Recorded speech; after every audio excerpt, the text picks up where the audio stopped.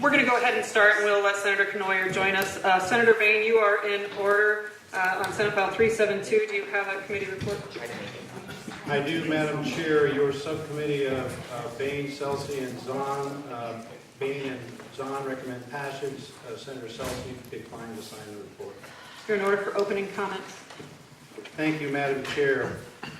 Senate Senate File 372 establishes educational savings account equal to the product of the pupil's weighted enrollment that would otherwise be assigned to the per pupil under this chapter if the pupil was enrolled in the pupil's district of residence, multiplied by the difference between 87.5% of the regular program state cost per pupil and the statewide regular average program state foundation property tax per pupil in the same year. Madam Chair, since there is an amendment, I'm going to save more comments for the amendment. So I would say there is an amendment. Senator Bain, you are in order for opening comments on Senate Amendment 714. Senate Amendment 714 changes the eligibility requirements for the pupils who are eligible to receive an ESA to only IEP and 504 students enrolling in an accredited non-public school or IEP students have been denied open enrollment. The bill also changes the amount of the ESA equals to include the amount an EIP student would receive if they attended a public school. Finally, the bill takes computers and other electronic devices out of the list of qualified educational expenses, but adds public school tuition for those pupils who were denied an open enrollment. This bill actually is a culmination of a lot of things, and I want to thank the committee for their indulgence in allowing me to bring this bill forward. I was here in 1997 when Governor Branstad wanted to institute some educational reform. We were told back in 1997 that the number one factor in determining how well a child does in school is the involvement of the parents. What this bill does is really allow choice in education for students. And we're going to start with the IEP students and the 504 students. One of the complaints that we received on our Medicaid changes is that we were simply going too fast. This amendment allows us to crawl before we walk. But it does implement some very important things, and I want to touch on just a couple things. Before this year started, I met with some school boards, and they told me that mental health issues were one of their number one concerns. And I also talked to them about the root cause, because I'm a firm believer that you don't fix a leaky pen by putting on a rubber glove. You got to get down to the root cause of what the issue is. They intimated that it may be partially related to families. This bill attempts to help that by giving choices to parents, allowing them to get involved into their students' lives. And I think this is absolutely critical. And there are some other things about this, but I'm going to save them for closing comments, I think, and I'll just open it up for discussion. Is there discussion on the amendment? Senator Celsey, you're in order for comments on the amendment that's before us. Thank you, Madam Chair. This amendment essentially becomes the bill for all intents and purposes. But during our subcommittee on the prior version of the bill, by the way, which is completely different, Senator Zahn and I were talking about this, and he stated that he would not support the bill unless there was the same accountability as public schools. That is not reflected here. We plan to fundamentally change our education system with this bill without proper public input. The folks that were attending the subcommittee meeting that got to speak that day really didn't get to speak to what is now in the bill, which is completely different. There's some really disturbing provisions in this bill. No additional state oversight or educational responsibilities will be mandated to private schools. In fact, page 6, lines 4 through 6 says, rules adopted by the Department of Management or Department of Education that impose an undue burden of a non-public school are invalid. So we're not even trusting our own state agencies that deal with these issues, to make the rules, which I assume will be extensive. It forbids oversight of the state money in the ESA fund. That's on page 3 of the amendment. So vouchers are completely anti-choice for rural students as well. Few, if any, quality private school alternatives are available in many rural areas. And we're also jeopardizing federal funds, which we may not even legally be able to attract with the scenarios listed in this bill. Those are my major concerns. I know my colleagues have others. Senator Smith, you're in order for comments on the amendment. Thank you. Some of you have heard me say this before. I was a speech-language pathologist for 34 years. I worked with students that had IEPs and 504 plans. I served both public and private schools, so I have a pretty good sense of special ed programming. I believe that this bill has serious consequences that are negative for students for the following reasons. Special ed money generally is used to develop programs for special ed education students. This money would basically be used for tuition.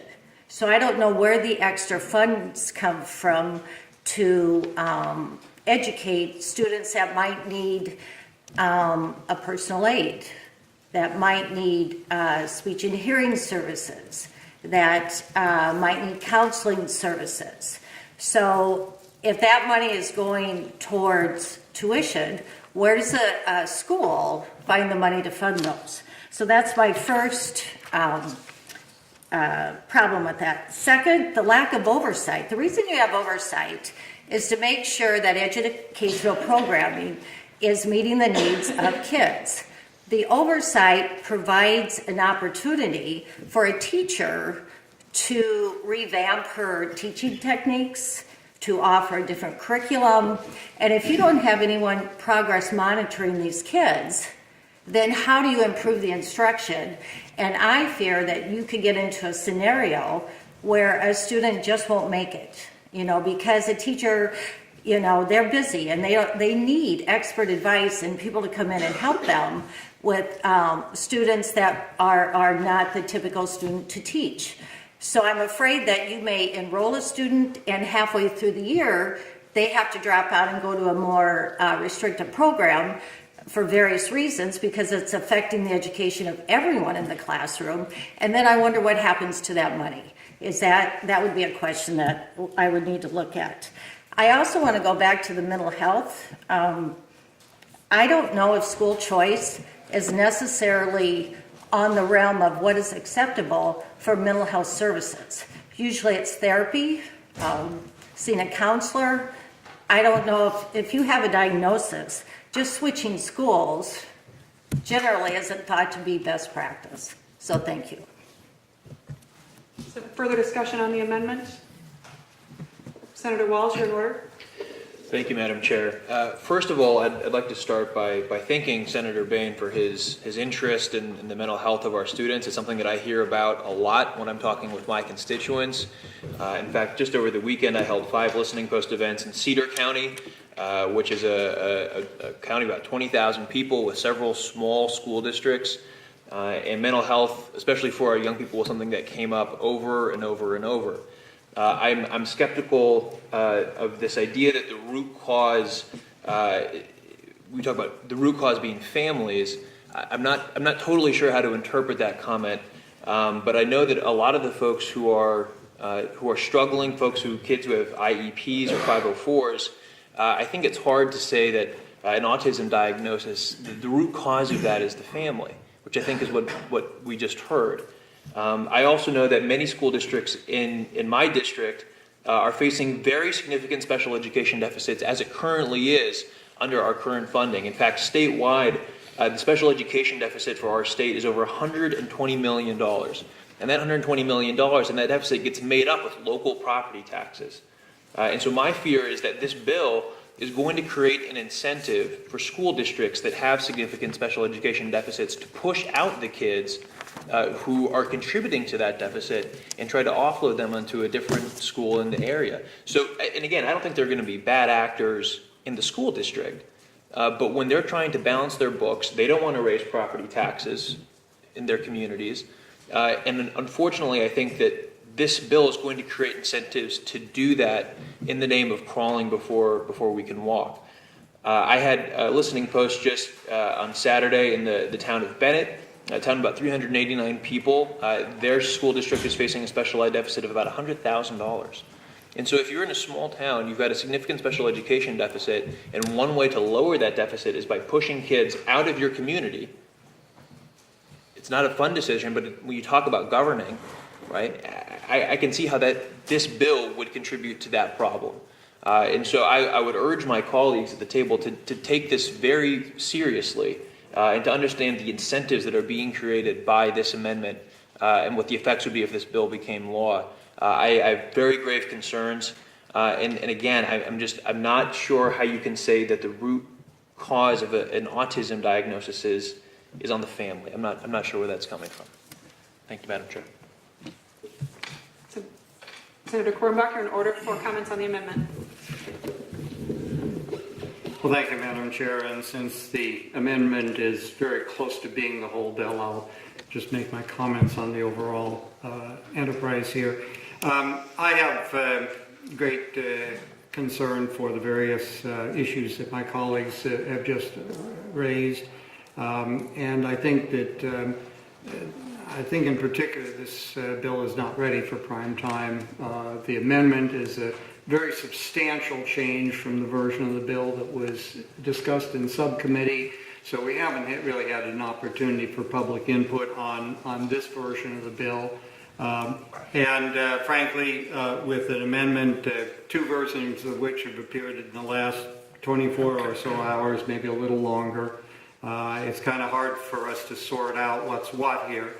Here are some of my general concerns. First of all, as we know, private schools don't have to take every kid.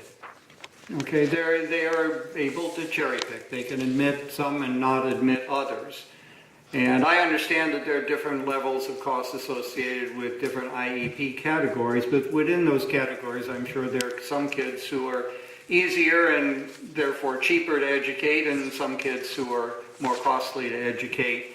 The private schools would be in the position to cherry pick the least costly kids, and that would leave the public schools, who of course have to take everybody, with the more costly kids. And Senator Walz just mentioned a number of his school districts are running deficits in their special education budgets. I see that only getting worse. I think there's also various problems associated with the accountability for the public dollars. As I understand it, the vouchers here would be going to the parents, not to the schools.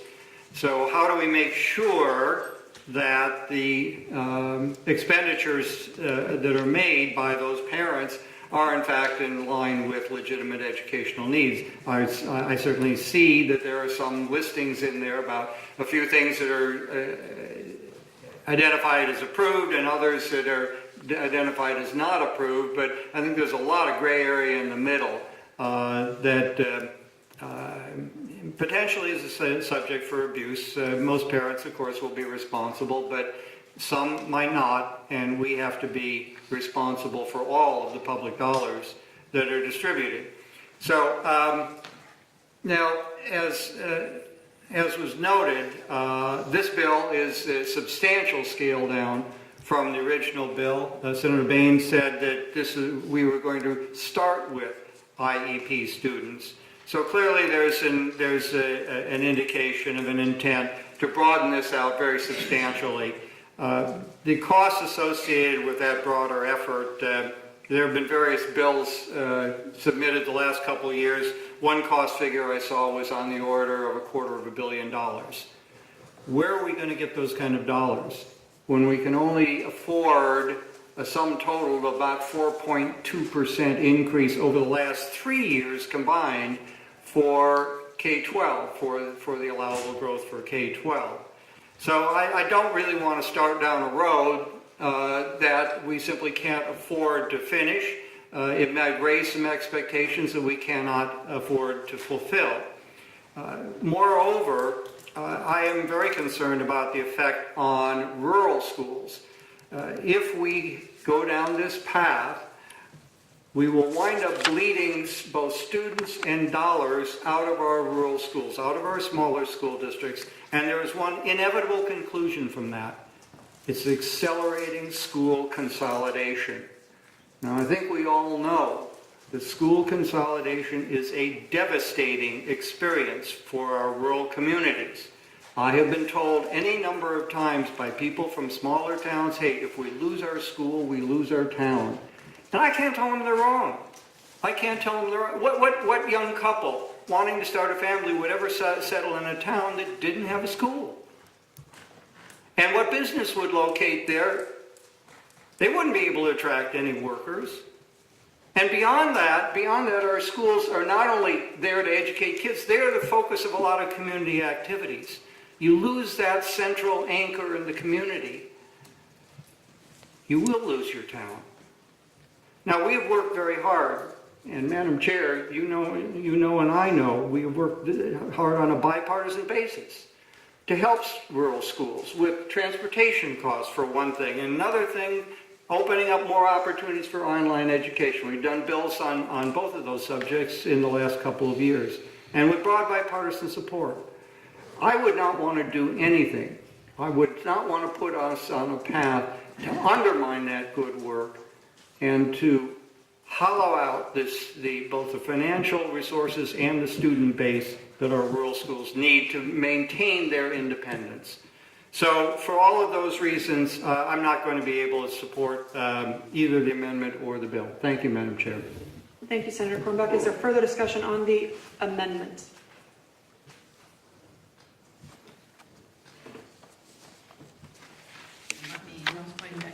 Okay, yes. Senator Rosenboom, you're in order. Well, thank you, Madam Chairman. I intended to speak on one thing, but I have to go back to some other references that were made, I think, in some of the comments from those that opposed to this. The theme that I heard expressed 2 or 3 times essentially says, nobody can do it better than this state. I reject that. Senator Bain mentioned the important role of the family in his opening remarks on this. And I really didn't intend to talk about this, but I told those in my caucus that 50 years ago, when I graduated from high school, something else happened that year in one of my school districts in the town of Pella, which also has Pella Christian, of course. In 1969, an organization was created by parents called Christian Opportunity Center. That organization was begun for one express reason, and that was to provide educational opportunities for special needs children in the community. They did that in a wonderful way for many years. And at some point in the future, and I don't know exactly what time, the state, whether it's the state of Iowa or the federal government, became more and more involved in that process. And no longer was it okay for a private organization to have state funding to educate those students. Later on, that facility became a residential and vocational facility to provide needs for special needs adults, because those kids had grown up. They were adults. The organization still exists today.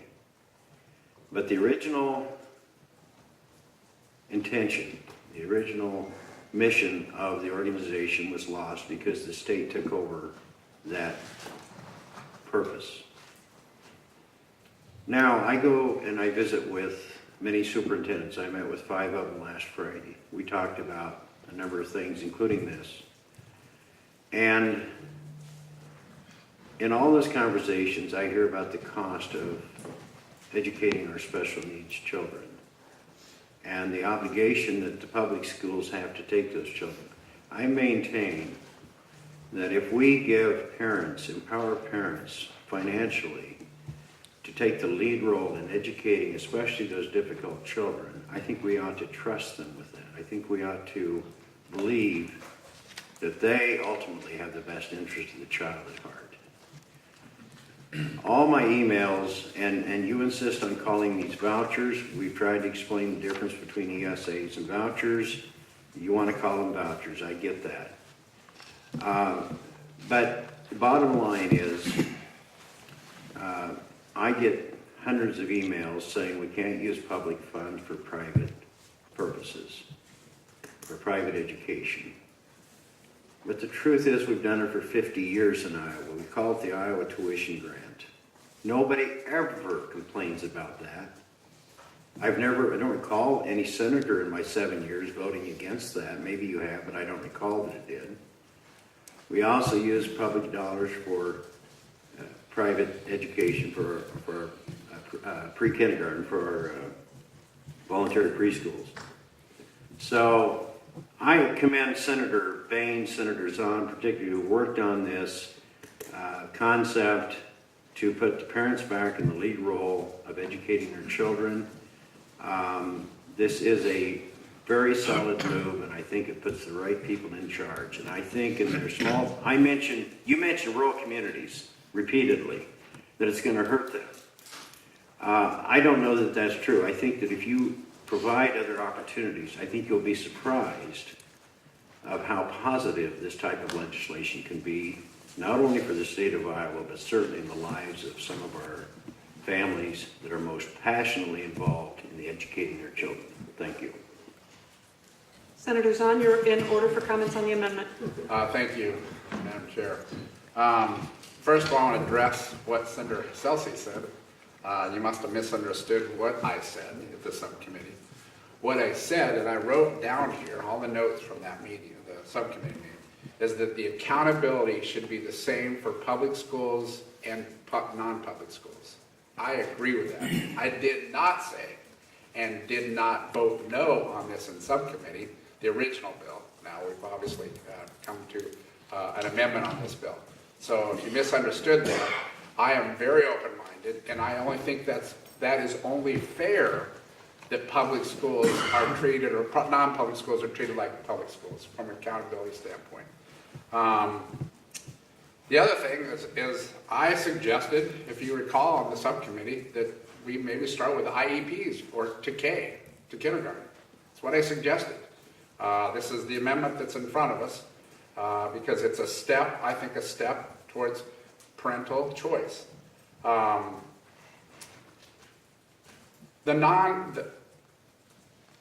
There is so many, and I'm just going to step back for a second. So I did graduate from Dowling High School. I had a son that graduated from Urbandale High School, and then I had 4 other kids that went to non-public schools. In my class at Dowling, this goes way back, I had a friend named Sheila Holsworth who was blind. Some of you might remember her in the Des Moines metro area. She went to Dowling, and she had an outstanding career. Unfortunately, she passed here with cancer not too long ago. I would strongly suggest that if you haven't been to a non-public school, you should visit, because there are some incredible schools out there in the Des Moines metropolitan area. I've been in all of them. You've got Joshua Academy here in town that is just incredible. That was just a bunch of parents that got together and decided that they wanted to do something different. It's located on the east side of Des Moines. I mentioned in the subcommittee, Central Academy is just incredible. Incredible. Probably the best in the state. Opportunity. And I'm going to repeat what I said in the subcommittee. I'll cite an example in Arizona, what happened. In Arizona, they started out with school choice, and they did really basically what we're attempting to do, and that would just be carved out for IEP students, special ed students. In Arizona, there was a public school, and then there was a private school that was put together. It was a co-op by parents. These were, it was called the Arizona Foundation for Blind Children. The Arizona had a public school. It's the Schools for the Deaf and Blind. Both schools have 2,000 students in them.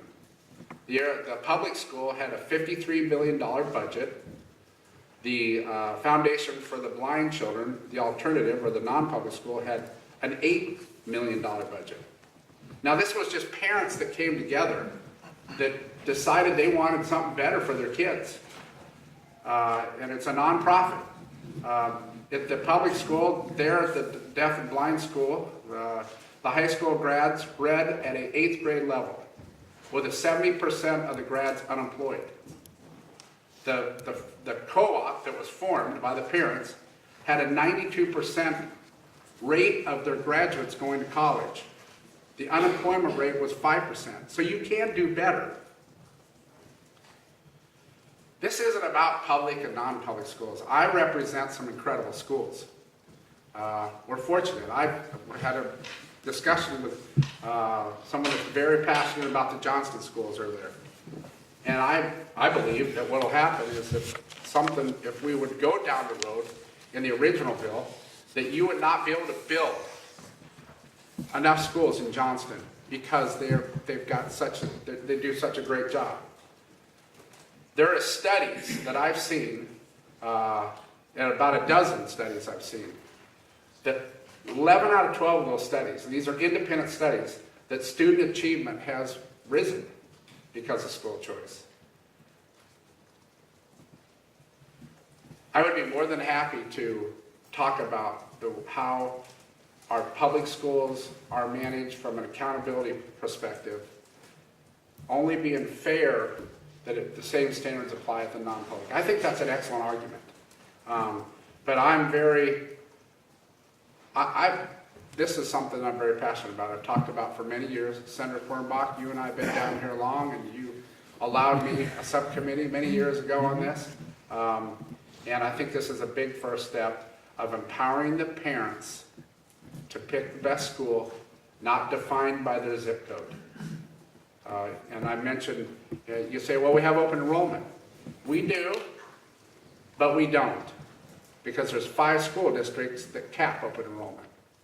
And Des Moines is one of them. So I'm very thankful to the chair to bring this up, to be debated, and Senator Bain for running it, and I enthusiastically will be supporting this bill. Senator Kornbach, you're in order for a second time on the amendment. I apologize for speaking a second time, but just very briefly, Senator Zahn brought up the case of Arizona. Arizona didn't indeed start with vouchers for students with disabilities. Last fall, they tried to go statewide with an open voucher program. It went to a referendum of the people and lost by a 2-to-1 landslide. Is there further conversation on the amendment? Seeing none, Senator Bain, you're in order for closing comments on the amendment. Thank you, Madam Chair. Well, it's been an interesting discussion, and I genuinely appreciate everybody's comments. One senator said that the public school systems have to take these children. Another senator said he was afraid they were going to get pushed out. I'm amazed at the inconsistency here as to what this bill is actually going to do or not. What this bill does is it empowers parents, pure and simple. That's been the goal from the beginning. If you are not interested in doing anything with this bill, you don't have to do anything.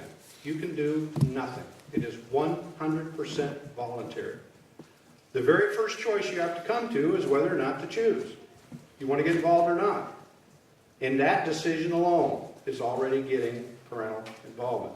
If you choose to try, now you get to decide where that child can go, and that comes into play. IEP students already face challenges. Let's remove as many barriers as possible. And I want to relay a quick story. When Senator Zahn and I attended a conference in Arizona, we were treated to an individual who was told by their school system that she would neither walk nor talk. And I'm going to refer to a former president, I think, that talked about the soft bigotry of low expectations. But those parents were informed that their child would neither walk nor talk. And Senator Zahn and I were actually treated to that young lady walking into our room and presenting to us what this educational savings account and the choice that it provided her parents meant to her. She walked, she talked. She had a bright future in front of her. And it was all because of parental involvement and parental choice. I know another specific system of a moderate to severe autism. Now, I will refresh everybody's minds. I did not say that autism was a result of family. I didn't say that. I said there's possibilities that we need to get to the root cause of some of the mental health issues. I'm not pointing out to any specific symptoms or causes. I'm suggesting that parental involvement is important. But in the meantime, this individual had moderate to severe autism, paraeducator with them 30% of their day. Their parents were concerned that the school was lying about this child's progress so that they didn't have to spend any more money. Comes back to money again. That's where I believe parental involvement can make a difference.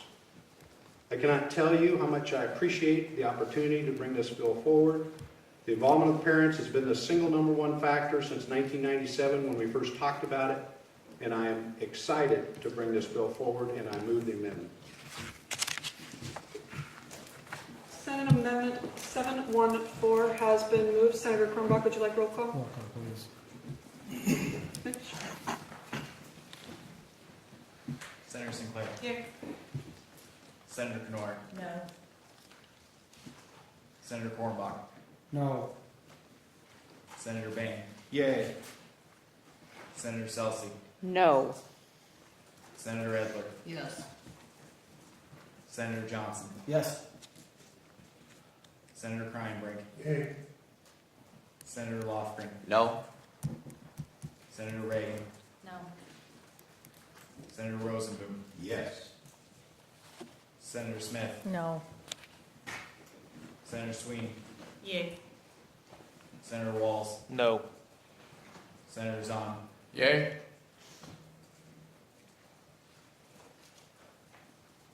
The amendment passes 8-7. We are back on the bill as amended. Is there further discussion? Seeing none, Senator Bain, you're in order for closing comments on Senate File 372 as amended. Thank you, Madam Chair. I would just close by adding that the competition that this bill creates also drives both public and private schools to do better. ESAs and parental choice help public schools. There have been over 31 evaluations of private school choice, parental choice programs, the impact on public schools. 29 of these studies found that offering school choice improved the performance of nearby public schools as well. And I think this is a win-win for everybody involved, and I wholeheartedly move the bill. Thank you, Madam Chair.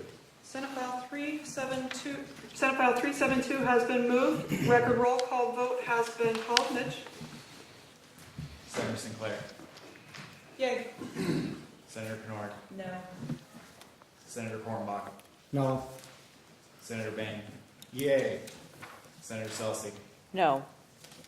Senator Edler. Yay. Senator Johnson. Yay.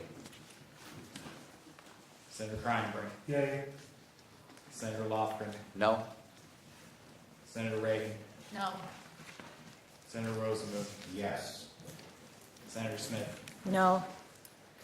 Senator Sweeney. Yay. Senator Walls. No. Senator Zahn. Yay?